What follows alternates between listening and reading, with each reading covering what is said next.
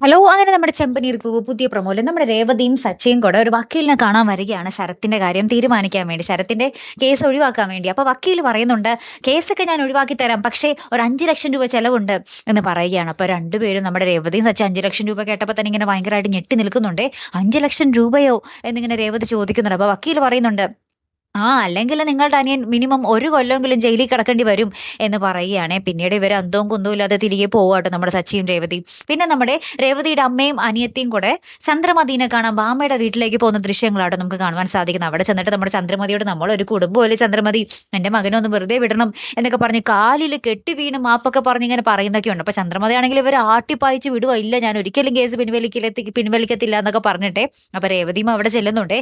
പക്ഷെ ചന്ദ്രമതി ഒരു ദാക്ഷിണ്യവും ഇല്ലാതെയാട്ടോ അവരോട് പെരുമാറുന്നേ.